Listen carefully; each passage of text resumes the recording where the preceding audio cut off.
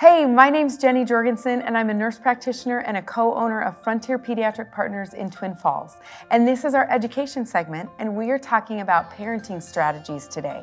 So I want to introduce you to the acronym LEAP. And this is going to help with addressing those toddler tantrums, helping you with those developing elementary age kids, and helping you address those struggling teens. So I know as a parent, when my kids are struggling, I want to help them and I want to fix it. Sometimes that's part of the problem, is I want to fix it. And me fixing it doesn't actually teach my kids and give them the tools to help them later on. So LEAP stands for listen, empathize, acknowledge, and partner. Hey, my kids are struggling. How can I come alongside them and how can I help them? And so that's where we want to switch that mindset. They're not doing it to be disrespectful. They're not doing it to make your life miserable. They're doing it because circumstances and their skill set, they don't have what they need. Listen is the first one. Listen actually doesn't involve any speaking. Listen is all happening internally. You're listening to what your kid is saying, how your kiddo is acting. You're listening to the environment and take in the information. And also take that into consideration.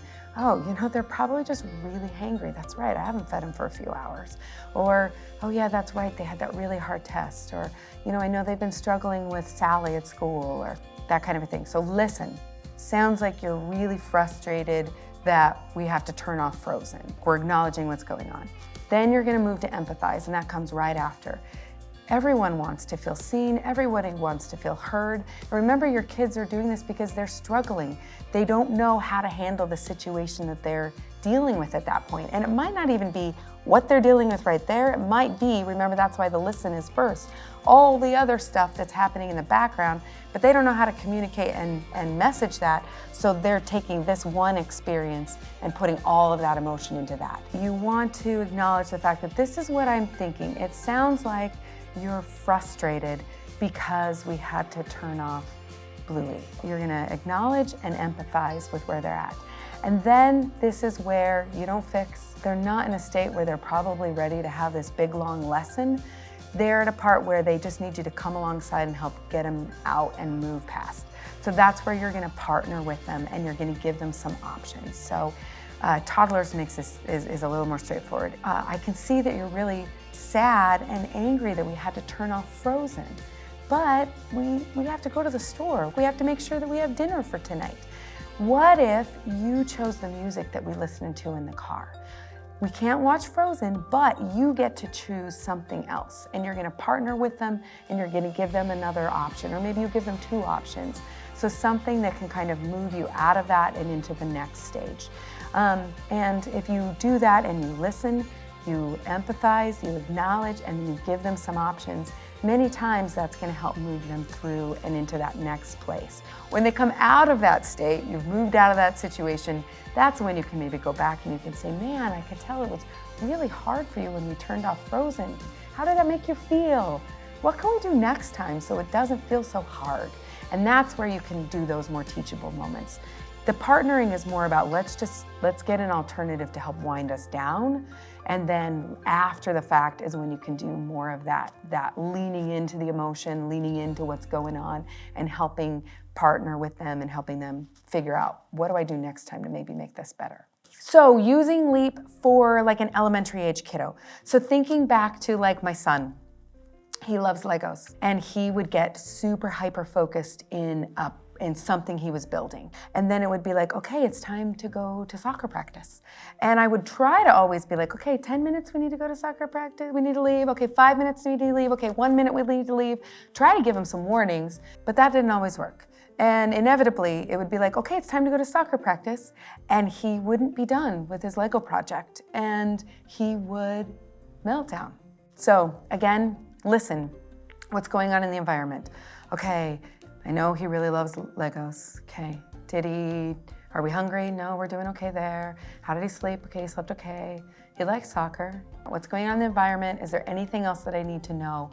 What's he freaking out about? He's freaking out not because he doesn't want to go to soccer, he's freaking out because he doesn't want to stop his Lego project. Okay, I've got that. Okay, then I'm gonna go to empathize. I know you love Legos. It's really hard to stop playing your Legos. I get it. Then we're gonna go to kind of acknowledge, right? So empathize and acknowledge, there's so much overlap between them. So I'm empathizing, I really know it's hard to finish Legos. And I'm acknowledging that it makes him frustrated that he can't keep playing his Legos. And so that's when I want to partner. Hey, but we got to get to soccer. Do you want to try to bring some of the pieces with you into the car? Could we come back and get him afterward? What's going to make this easier? So partnering and thinking of ways that you can come alongside him, give him some things that can help just move them into the next thing. And then talking about afterward coming back around and being like, that was really hard to transition from doing your Legos to going to soccer. Next time, what can we do to make that easier? What are some things, how could mommy help you? What can I do? What can you do? But don't do it in the moment. Don't get mad at them. Acknowledge that they want to keep playing. Empathize with the fact that, yeah, I remember, it's hard. And then partner with them. How can we make this better? Because we do need to transition. Can we bring the Legos with us? Hey, what if we pick out a snack that you can eat?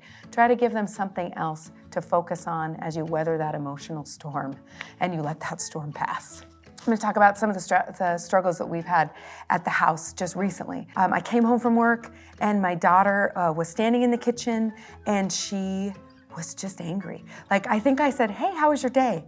And she just was like, and I'm like, oh, okay, that's where our day was. Pause, don't fix, don't react, okay?